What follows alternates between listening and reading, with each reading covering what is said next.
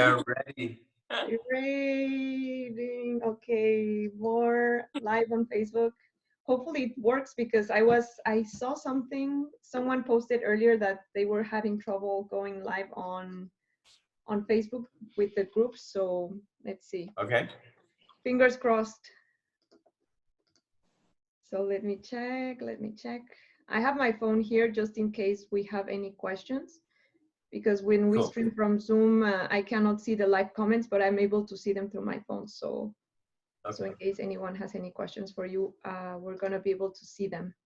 So intuition, intention, and integrity with intimacy. I love that. Looking forward to that topic. Us too.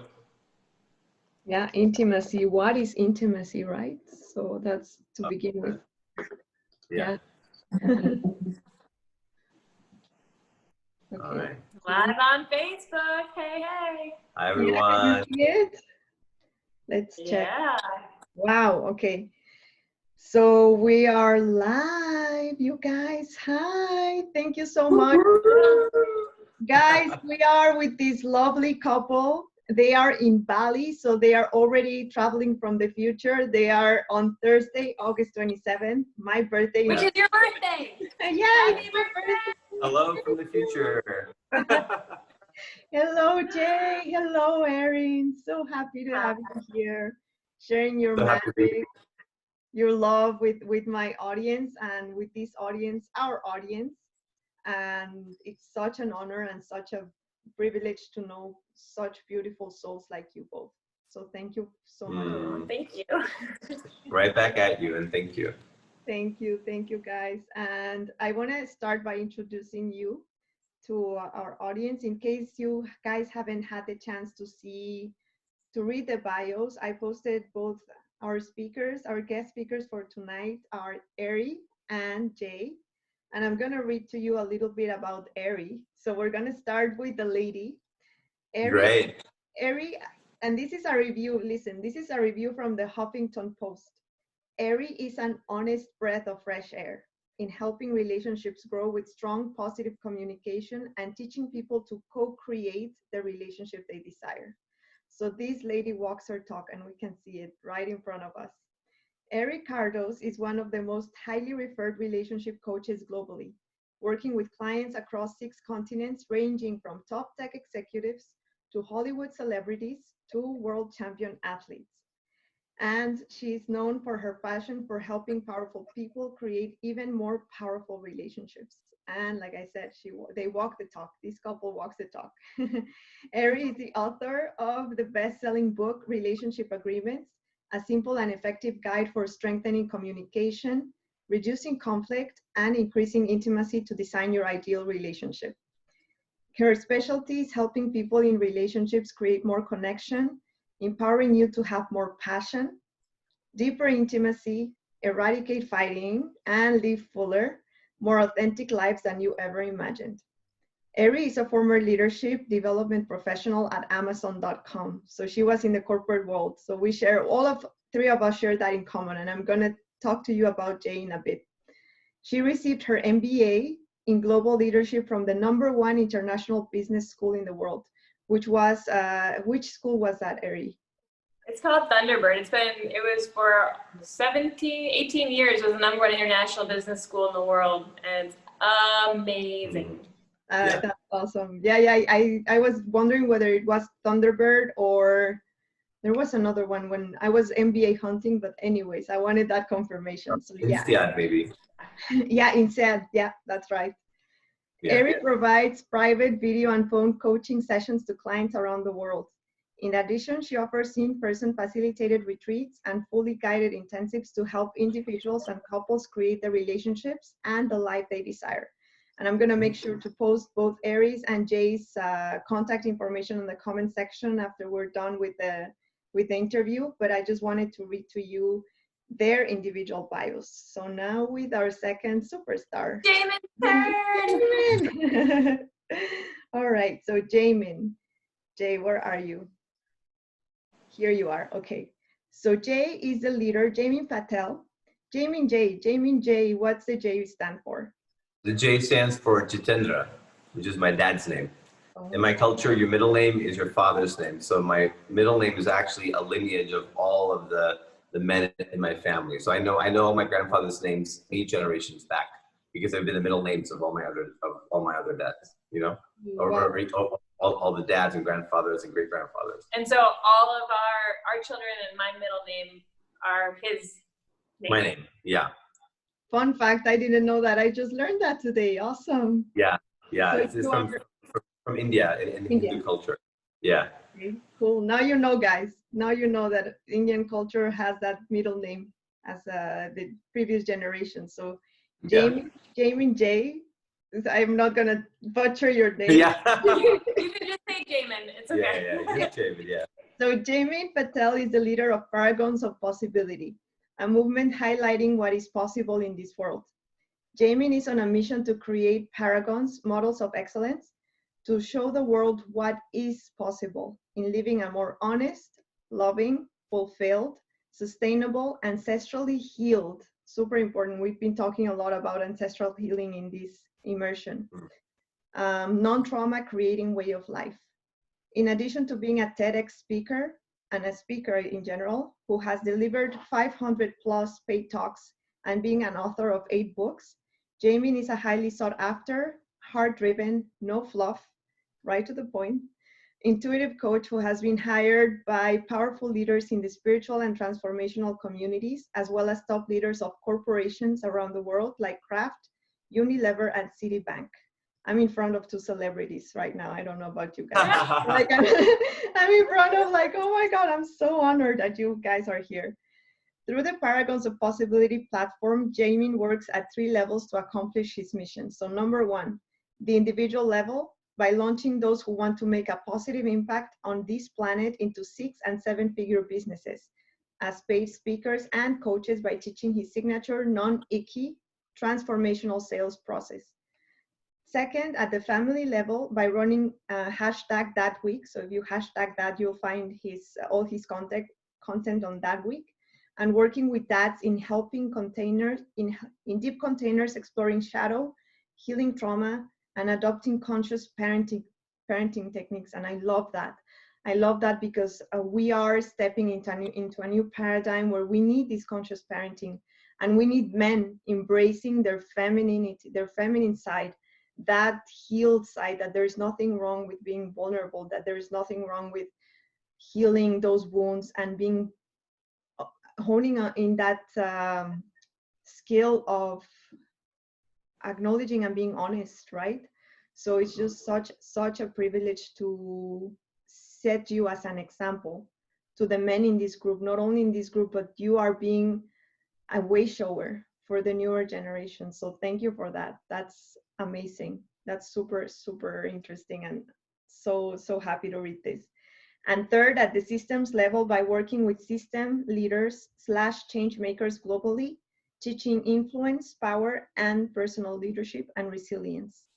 So without further ado, if these bios, guys, don't impact you, oh my God, I don't know what will, because I am like speechless. So thank you for being here, and the mic is open for you to share anything that you want to share with our audience. Go for it, and then we'll see where it goes. Ooh. Yeah, it's actually really nice, first and foremost, to hear the intros. I haven't heard hers in a while, and I was like, oh yeah, babe, you're such a boss, babe, you know? Like, I forgot you're doing so much in the world. Like, is it really nice to hear, like, oh yeah, you got all that going on. You know, it's like, we do all these things, but we're still people, and we're still, we have a family, and we just get caught up in our own stuff. And so it was just nice to actually hear that reflection and be like, oh yeah, and we're up to some cool stuff. Yeah. So I just wanted to say that. It was actually really nice. I don't think anybody has read both of our bios out loud while we've been on air. I was like, oh, and you, cool.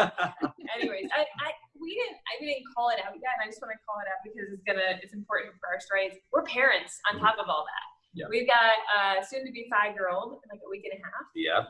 And a 3.5-year-old, and we have not been raising them just in Bali. We're originally from the U.S. and we were a full-time traveling family for many years. And on our travels, we discovered the magic of Bali, and we decided to stay here. So we're choosing to raise our kids here and be global citizens, and so we still travel a lot. But that's really important for who we are and how we show up in the world too, because parenting is so dear to both of us. Yeah, absolutely. So that's been one of the key foundations of our relationship, has been focused around parenting, especially in this new age when people want to be digital nomads, traveling the world and all that. We said, we want all that and we want to have kids. And that's one of the unique things about Eri and I is that, we both are committed to this idea of this and of like, well, okay, why not? Like, why not just have all the things if we want them? Why is there this traditional, messaging that we just need to blindly adopt without critical inquiry? And I think much of the world has done that, right? So it's like, 50% of marriages end in divorce. That's just what's happening. Well, welcome to adulthood. It's like, why do I want to walk into marriage with those kind of statistics? Why is there no critical inquiry of like, okay, well, why don't we fix that? Like, what do we need to know before marriage so that it doesn't happen 50% of the time, right? What are we doing during marriage so it doesn't happen? And that question doesn't happen. Like, oh, I'm just going to marry anyone, right? And then in the hope that it doesn't happen to me, but inevitably it happens to 50% of those people who have that thought. And so I think generally in the world, whether it's how much money you think you can earn, what you can experience in your relationship, what sort of spiritual connection you can have to the universe, all of those things are loaded with stories that we blindly tend to adopt, not because of any fault of our things. This is how humans are wired. I think at one point, Eri and I are just kind of like, wow, we have not actually given these things any critical inquiry. And we inspire each other to do that. And we're like, well, why can't we travel with kids? Why is there this traditional knowledge that we can't do that? Why can't we mix our business knowledge and acumen from coming in the corporate world and having MBAs and add in some spiritualism? Why is that too woo? Why is that, too hippie? We're not gonna be too hippy dippy. It's like all these ideas, and I'm on a broad level, oh, there's poverty or there's racism or there's war. It's just like, there needs to be someone out there showing what's possible. And without knowing it in terms of being paragons of possibility, these models of excellence that show us possible, I think we serve that role for each other. And we want to embody that for the broader group and say there is more possible, which is why I love that you have this event, the Great Awakening event. I think it's so amazing showing people what's possible. And in our relationship, Eri for sure showed me what's possible. She's been a relationship coach for many years, even before we met. And when we met, she started showing me all of these tools. And I remember being resistant, being like, babe, why are we going to talk this way? It feels so awkward. And then I put the tool to use. And anytime we'd have a tiff, all of the, kind of build up charge would just fizzle out, and then we can connect again. And I think that's one of the reasons that when we talked about this event and we said, well, what is it that we want to talk about in terms of intimacy? I'd love to explore what does intimacy mean. But also we said, what really makes intimacy work for us in terms of our relating, in terms of how we relate to our children and how we parent, how we relate to our community. And it does have to come, it comes back to our intentions, right? Intuition and being in integrity and committing to those three things. And that really is, I think, a foundation of what we do. And so I think that sets up the scene of why we've titled the talk the way we've titled it. Yeah. Beautiful. Beautiful. Oh my God. So should we start with?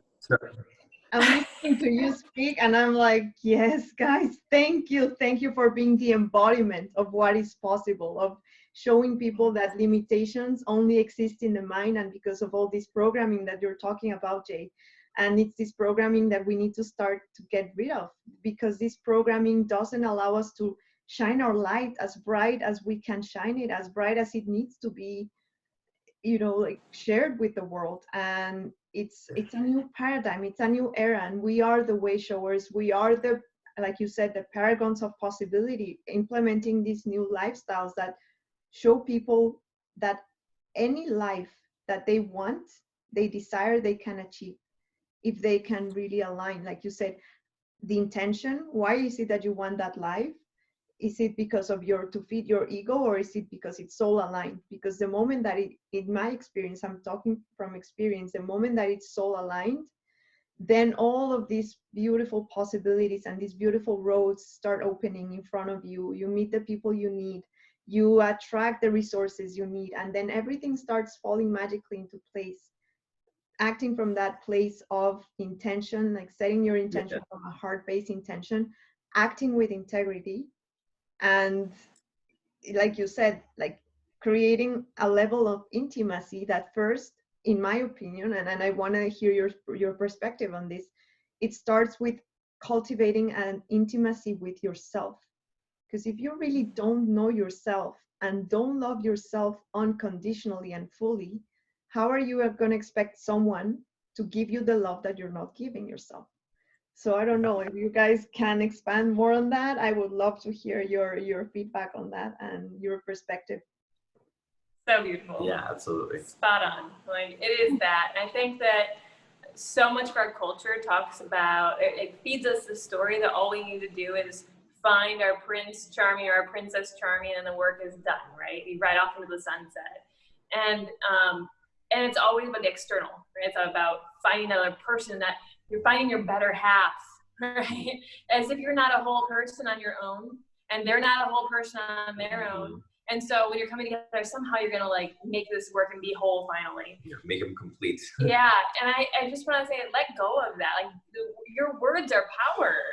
And if you don't believe that you're whole, why would you want to be partnered with somebody who isn't whole, who isn't strong in who they are and knows what they want?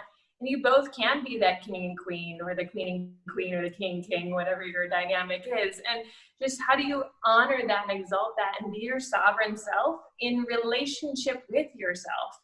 And that really has a huge influence on how you show up and how much compassion and love you're able to give, but also how vulnerable you can be for connection, real, true intimacy. So I think it really is like starting here. What is your relationship with self? And how do you bring that into the container of your relationship and your dynamic? Mm-hmm.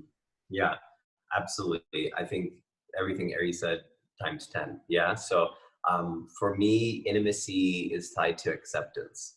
And, that self-intimacy is so important. We are sovereign individuals. The other day we went to a party and they're like, where's your other half? And I'm like, do you mean, where is my, what did I call it? Like, sovereign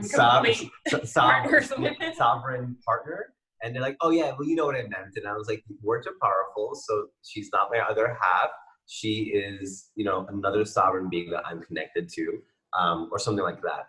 And so for me, intimacy, and the way that, especially that you're talking about it here in terms of allowing the universe to conspire with you to help you go where you're going. When I was cleaning motel rooms as a teenager, I was just in a small town. I went to high school where I graduated, 94 people. Everything seemed very dead end, and I just knew something different was out there for me, but I didn't know what it was. And I had personally just adopted the narrative of what was around me, that people don't really do big things or make big splashes from this town. For my parents, they luckily had a different thought of like, you're educated, you're first generation, so like, you're gonna go and do all this stuff. And I kind of had a narrative to choose. And of course I didn't want to choose my parents, right? But I wanted to be with my friend, it wasn't leading me anywhere. And I realized just how much of an influence people closest to you have in terms of showing you what's possible. And over time, while that gave me a ticket out of my town, that stayed with me for a long time, because they also had, while they wanted me to do a lot, they were very constricted. They were traditional Indian parents. You want to be a doctor, you want to be a lawyer, right? You get married at this age, you're going to have kids, you're going to live down the street, you're going to get a nice car, you're going to get a nice house, and not all that fit for me. And I had to learn to get out of this mindset where I was accepting what everyone else was expecting of me, and really began to stand up for what I wanted for myself. And that was a huge, huge shift that's taken me decades of work to unravel in my relating of like, oh, well, I disappoint someone. And so if you're out there and you're doing something and you feel like you're doing it because somebody else is expecting you to, and they're not accept you, then you're losing that intimacy with yourself. Because if you're focused on acceptance of others, it's not going to lead you very, very far. It's going to lead you further into the hole. And if you focus on what's going to help you accept yourself and express yourself, whether it's through what you wear, your haircut, the way you speak, you know, the ideas you do, the job you have, any little to major thing, look for those clues around you of where you can find those people who accept you. I've been blessed to have all the right people show up in my life in the right ways that have made me feel like it was okay to accept myself. So right now, if you're watching, I will let you know, boom, take that. It is okay to accept yourself.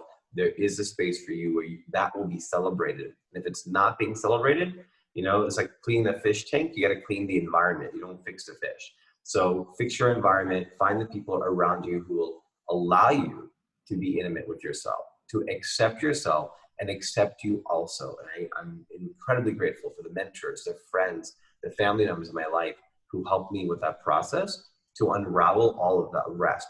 Because even Eri, when we came into relating, I was like, oh, well, I've watched all these Bollywood movies. You know, I've seen these marriage dynamics, and this is how we do it. And she was just like, well, what do you really want? You know, and we were able to put a whole flip on what intimacy meant. And she encouraged, as a relationship coach, she encouraged me to explore more intimacy with myself so that we can have deeper layers of what people would call intimacy. And you know, it means into me I see, right? And so do you see inside yourself and know it's there and love that and accept that and then feel vulnerable enough and safe enough to share that? And when you can find a partner who does that, that's like the fast track.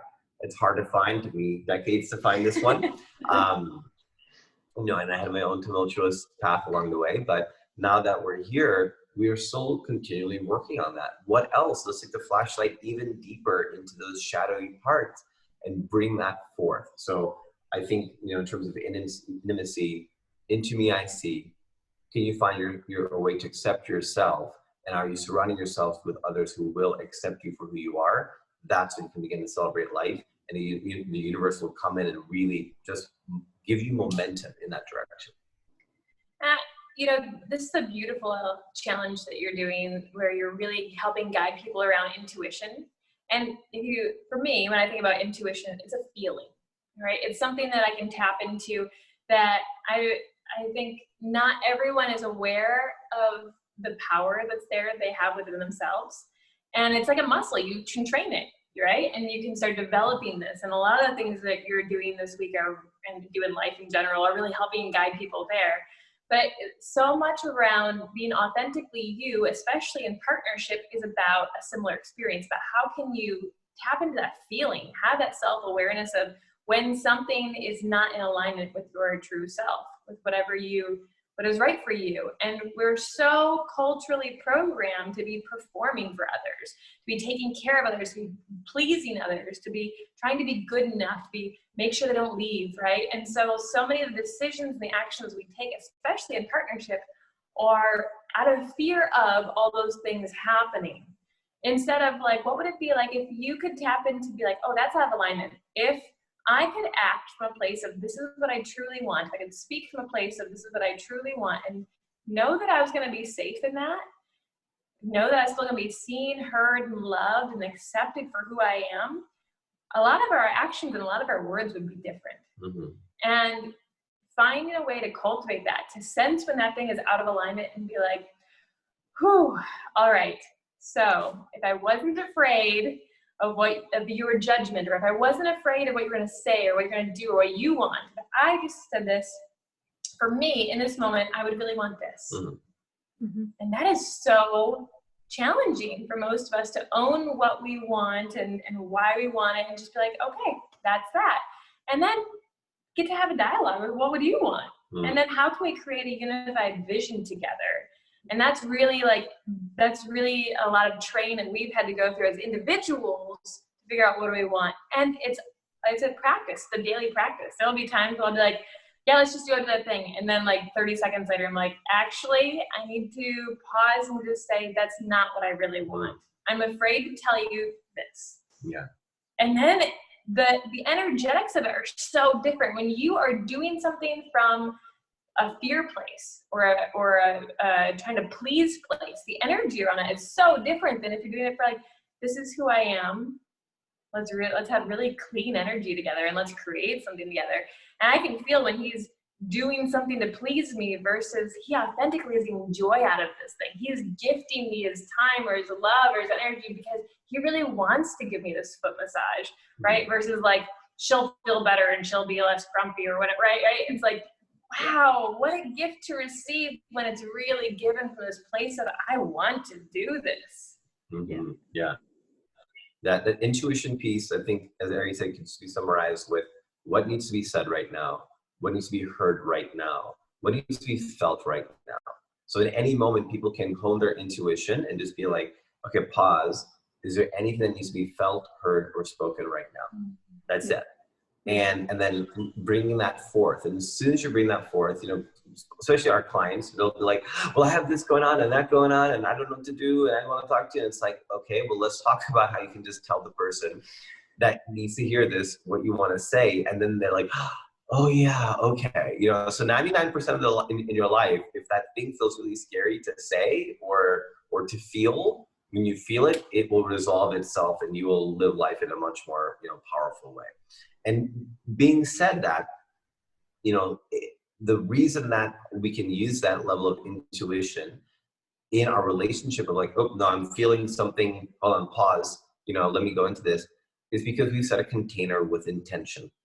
We have created the intention that we want to be in conscious relating, that we want to uplift each other as sovereign beings. We don't have an expectation, even as husband and wife, that you have to do emotional labor for me, that you have to process for me, that you have to solve things for me. We don't come in with those expectations of each other. We've created this intention of conscious relationship where we support each other to become our highest selves.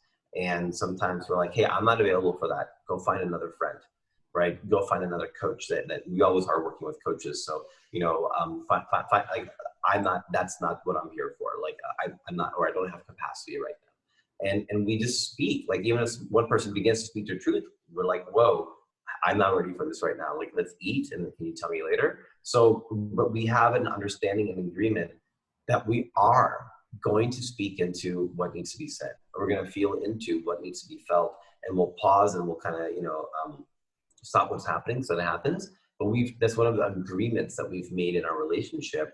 And we have made that intentionally because we know that when we have the intent for that to be true, then we can be more intimate with ourselves, which means more of our hearts are available for each other. And again, you need to create these intentions in your own relationships and navigate like, hey, can I just tell you what I'm feeling right now? And it'll avoid, you know, half the fights that you might have with your partner or your family if you just speak into what's there. And that's one of the narratives that we've adopted, that you be the strong one, you take it on, you don't talk about it. A lot of my dads that I work with all have that narrative. They want to be the provider, and then they have provider pressure, and then they end up coming out sideways, and they lose their you know, their temper, and they get angry, and they feel bad, and like, well, I was just trying to do that, and you know, like I'm guilty of that too. So it doesn't have to be perfect. Intuition isn't that you completely see the future clearly with a crystal ball. People have this idea of like, oh, I'm not intuitive, or I'm not connected to my intuition. I think intuition, as Eri said, it's just speaking into feeling or hearing what needs to be felt, spoken, or heard in the moment. And then creating an intention for that allows you to have more safety to hone that skill. I want to throw in one more thing, because for many people, this is like, we were talking about the deep end of the pool. After lots of practice and we have the tools, and we're like consciously choosing to try these exercises out that we've gathered. So there are baby steps, okay? Yeah. There are lots of baby steps. Yeah. And so it's like all of a sudden you just switch how you dialogue all the time. But I want to give you one other line for anybody who's listening to this, and you're like, okay, well, I want you to try this line on because it has impacted me so much and our relationship so much. Let's say that I am feeling nervous to say something about how I'm feeling. And I just said, I'm feeling nervous. Can you hear me say something? Which is a great indicator that your intuition is trying to come through when you feel nervous or scared. So I'm like, okay, babe, I'm feeling really nervous. Can I share something with you? And he consents. He's gonna be like, yep. And it's a good time, right? And he's checking with himself first. He's like, oh, am I hungry? Am I tired, right? Am I able to listen right now. If he says yes, then I say the thing. And he's got this line that we have been using for years that is like, this is one of those lines where he can't believe that it always works, but it always works for us. And so you try it out, see if it works for you. If not, that's fine. Yeah. What's the line? The line is this. She finishes saying, and I say, wow, babe, that sounds really tough. And if I was you, I would feel that way too. If I was you, I'd probably feel that way too. Yeah. And that's it. There's no solution. All of a sudden I'm like, he would probably feel that way too. Empathizing versus fixing. Yeah. And then we continue on with our day, and it doesn't have to become a thing. And there are situations where it's going to become more of a discussion. It needs to be. There's so much underneath that. But I wanted to give that as a line to try out if you're like, oh my gosh, but I just want to solve it. Try that as the solution. Yeah. So the steps to repeat would be check in with yourself, what's going on. Check in with your partner or your friend or your family member, whoever the other person is. Hey, I'm feeling nervous. Are you open to hearing this? Right? Allow them to give consent. So check in with yourself, check in with your partner, then speak what you want to say. And then the other person, first and foremost, just says, I understand, and I would feel that way if I was you too. Then the conversation continues. That's to take all the pressure out of your intimacy with anyone, whether it's a friend or especially in a relationship. I love that. And I felt the energetics. I felt the energy. Like I actually saw myself in a scenario where you are applying these tools and this line. And I saw myself, how would I react if my partner, which I'm calling in a relationship like the one you have, you guys. That's why I manifested her completely. I called her in. I did a daily practice to call her in. Yeah. So I'm doing the same. I'm like, yes, this is the kind of conscious relationship I want. I'm not selling for anything else other than this. So in that situation, I'm seeing myself with my partner like that. And I immediately felt held when you said, I probably would feel that way, because most times we don't even know what the answer or the solution is, because it needs to unfold. The situation needs to unfold before we can take action, before we can decide. But we just need to express how we're feeling. We're not looking, and I think that it's a common stereotype, I guess, for men in our cultures. I come from Mexico, Jay, like you in India, the father figure or the masculine figure is the one that needs to solve everything, and it's the one that has to come up with solutions. So I can empathize with the pressure that most men feel, and also like in Western society, but I think less so, right? Like in our cultures, Mexican culture, Indian culture, where the guy has to come up with solutions like this, like think quick on his feet. And I can only imagine the pressure, and that takes pressure off the man, and at the same time makes the woman feel understood and held, and it creates a different dynamic. So thank you for sharing that, because a lot of people don't know what to do in these types of situations, and that's a hack that actually a quantum hack that you guys just shared that I would I will apply in my own relationship soon. It's so good. 100%. And let me just kind of delve a little bit into that and kind of move the conversation to the final word, which is integrity. Mm-hmm. And so let's just talk about the actual game that is being played at the human level. Okay, so babe, what is it that every single human being wants at the end of the day? Be seen, heard, and loved. Okay, this is what everybody wants. Then we grow up with these movies and media and stuff around us, and our parents who didn't have all the tools. What are they doing? They're playing games. They're playing games for power or control, or to look like they know everything, but that actually separates them out and doesn't get them what they want, is to be seen and loved. They try to become something else, and they might get love or respect for that, but then they're not getting it for their true selves. And so what the feminine wants, again, this is for any relating dynamic, across the queer spectrum, the feminine partner, what they're seeking and relating is typically to hear the words, I love you, okay? And the masculine partner, typically the words that they want to hear are the words, I trust you, okay? So the masculine partner wants to be trusted. The feminine partner wants to be loved. Again, this can vary for each person, but generally speaking, feminine and masculine partner, these are the energies that they hold. Because the masculine wants to be seen for their masculine and that they're trusted. The feminine wants to be able to be in the flow and then be loved. But then what happens is that we try to, the things we're taught to do when we're not connected to our intuition, we're connected to the narratives that we adopt is what? Okay, well, the masculine partner, as you said, the men in Mexico, for example, or even in Indian culture, we're going to be the fixers. So when the feminine speaks, let's just say the woman partner, I'm just, adding gender for this example. If the woman says, oh, I have this issue and all this sort of stuff, the man is going to be like, oh, let me go and fix it so that I can be trusted. Mm-hmm. But then the feminine's not being heard. When she's not being heard, she doesn't feel like she actually does trust the other person, right? And so the trust is not being engendered, and it's kind of like, okay, thank you for fixing it. Like, I trust you to fix it, but I don't trust you. I don't trust you to hear me. I don't trust you to know me. I don't trust you to allow me to feel safe to open up to you. So we're actually not getting what we want because we're taking what the world has told us we need to do on the surface to be the fixer, right? And then on the flip side, the man, we'll say something, and the woman will take on the role of the mother. Let me take care of you, baby. Let me make you some food. Let me come here, put your head in my lap, or can I hold you? And they're showing all of this love, but it's actually out of integrity because there's this aspect of they want to be loved. And so like, oh, if I love you, then you're going to love me, right? And so we play these games that we think are getting us love or trust, but they actually are doing the opposite. They're actually leading to not a level of actual depth of trust or actual depth of love, right? And so when the feminine is in her power and she goes and does it, when Eri does something powerful, I'm like, oh my God, I'm so in love with you, right? And, when she's taking care of me all the time, I'm just kind of like, okay, and then can you also do this? And then I also want that, and it's just like, I'm just kind of pulling. And so this is that kind of piece of integrity, is that when you create this intentionality in your life that you're gonna be working with your, with your intuition and again, allowing things to be heard, spoken, or felt to be heard, spoken, or felt, then what happens is then you're operating in integrity.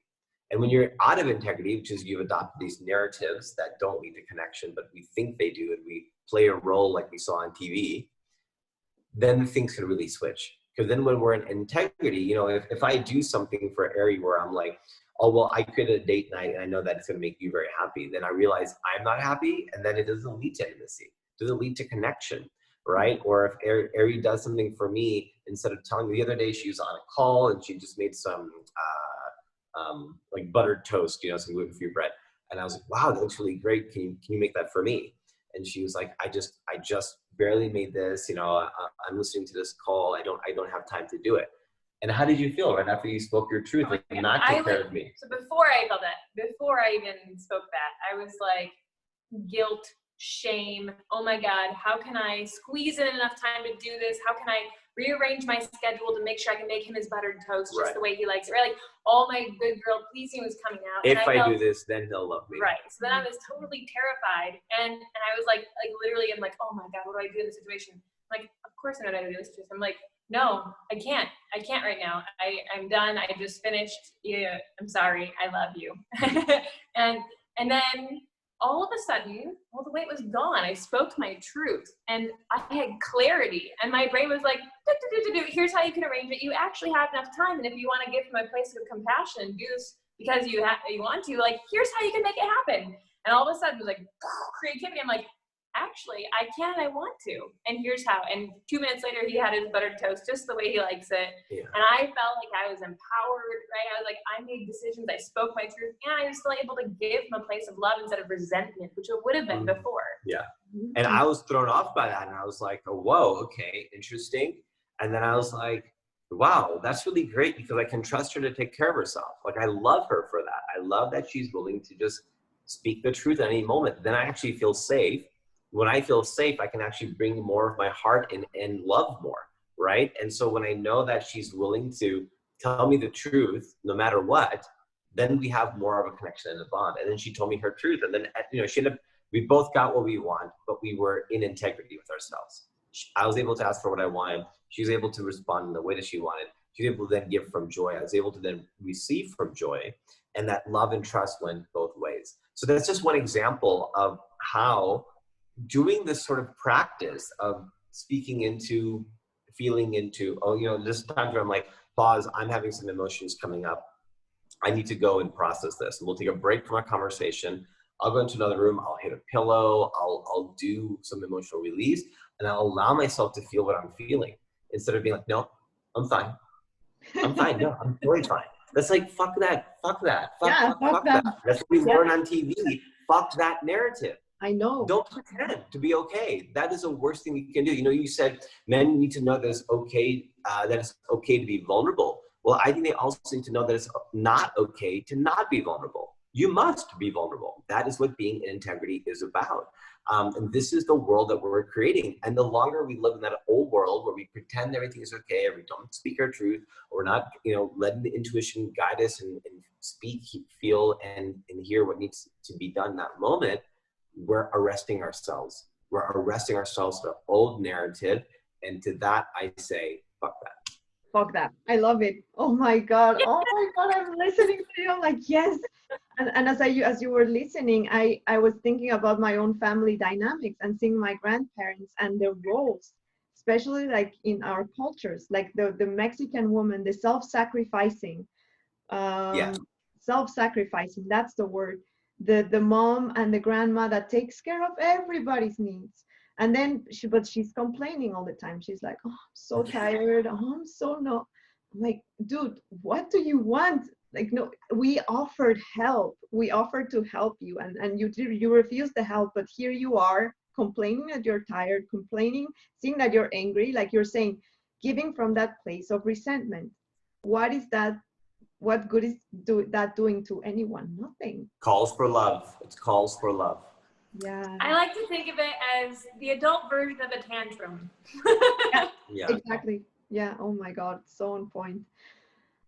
This is the new earth that I have in my mind, like couples like you, like this conscious coupling, conscious parenting, being aware of each other's needs. And it also brings up a lot of patterns that I've been playing out as well in my previous relationships while dating. And like you said, Eri, that guilt, like, oh my God, I should be doing this for him, even if I'm like super tired.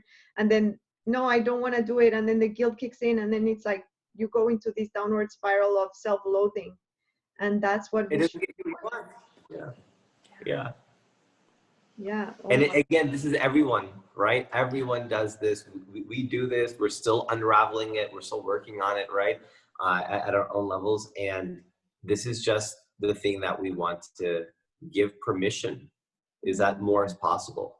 So much more is possible. Yeah. Oh, I love this conversation. I love this so much. Let me see if we have any questions from any of our viewers and see, because oh my God, we've already like 47 minutes. I know, I was just checking it. I'm enjoying this so much. Okay, hold on just a sec. Seeing here. Yeah, so I'm gonna look through your comments, guys.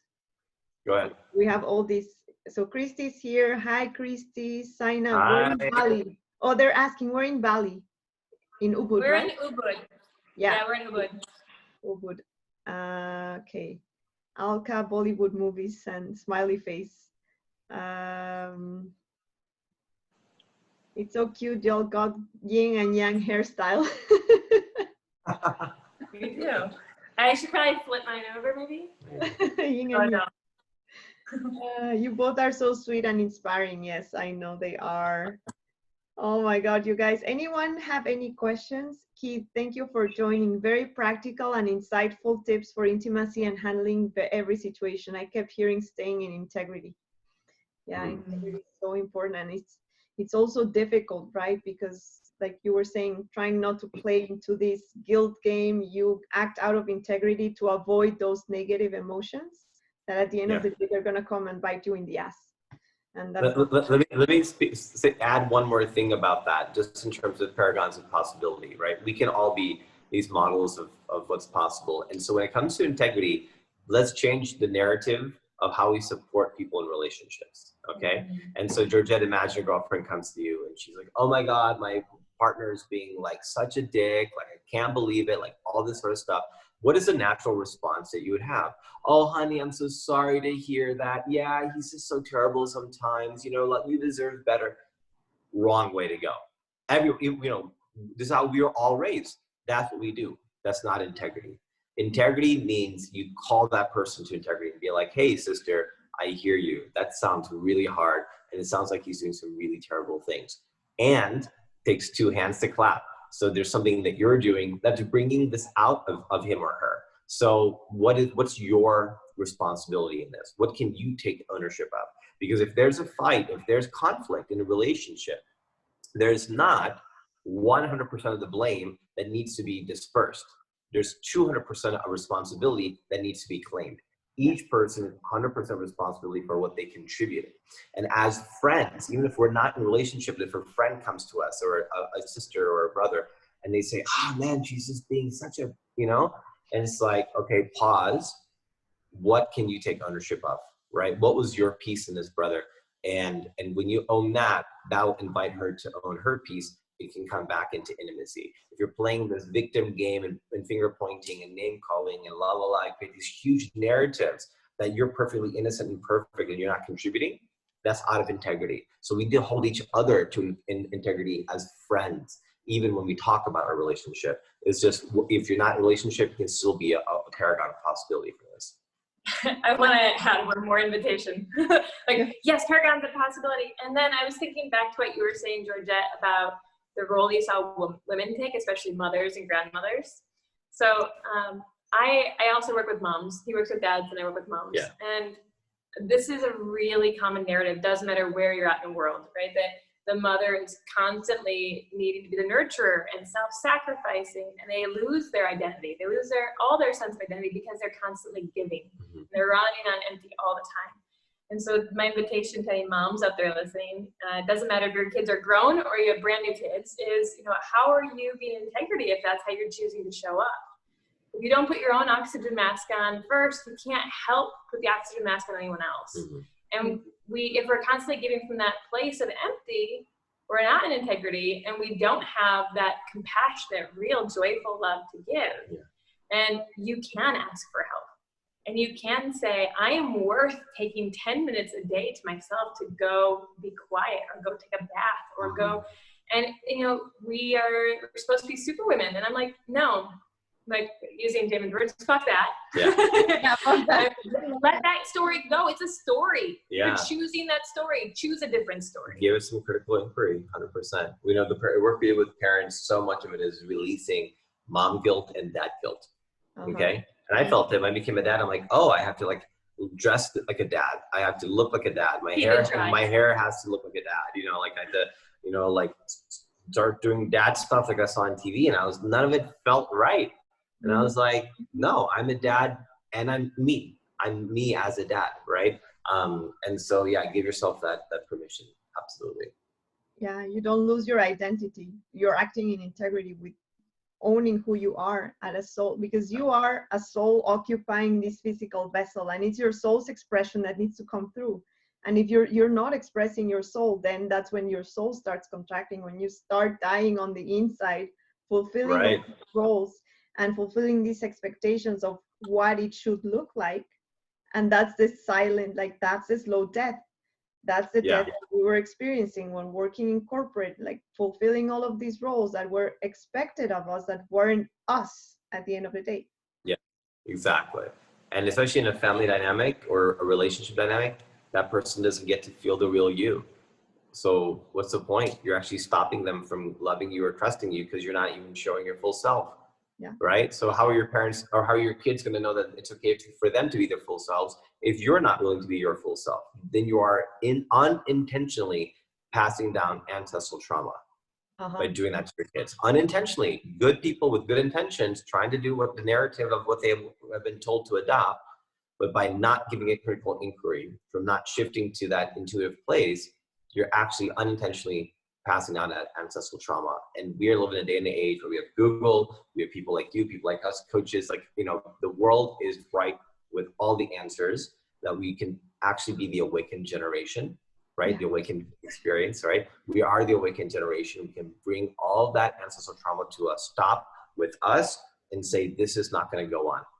It ends with me. I'm healing it. I'm going to step into, full intention to do that, full intuition, full integrity, full intimacy with myself, and bring that to an end so it does not get passed on to the next generation. The world doesn't need it anymore. Preach, bro. Preach.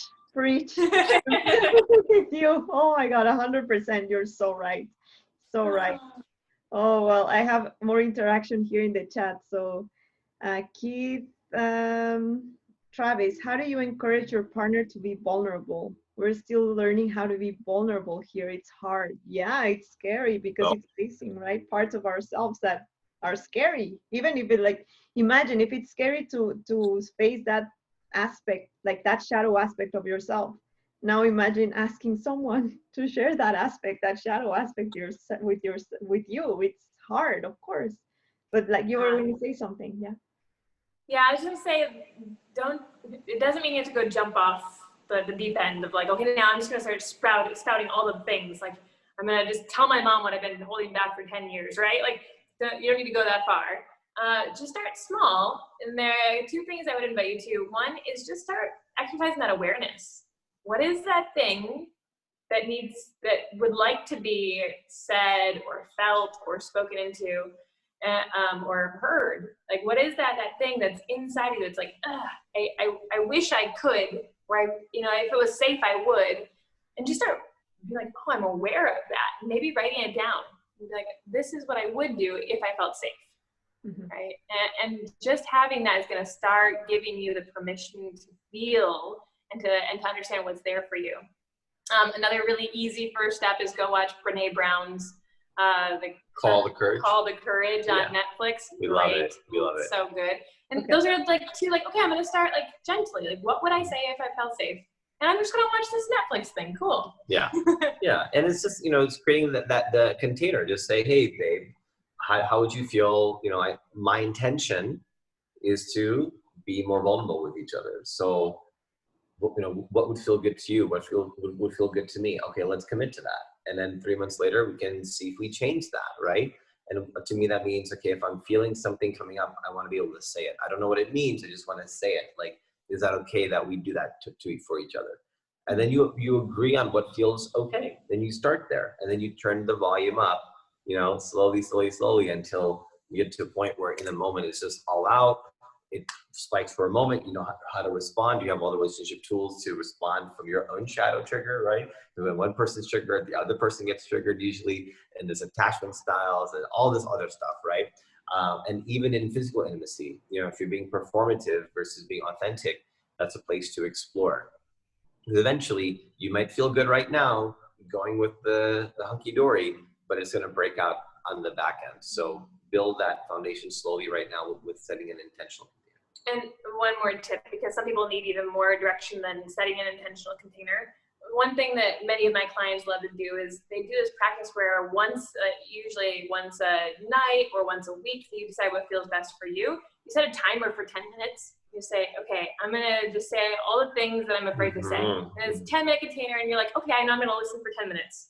Right? And then you're going to get a chance. It's almost like venting, but it's different because venting I feel like can be really manipulative and vindictive and finger pointy. Whereas this is you've been practicing being aware of the things you wanted that needed to be spoken or done or whatever throughout the day. And now you're in that 10 minutes.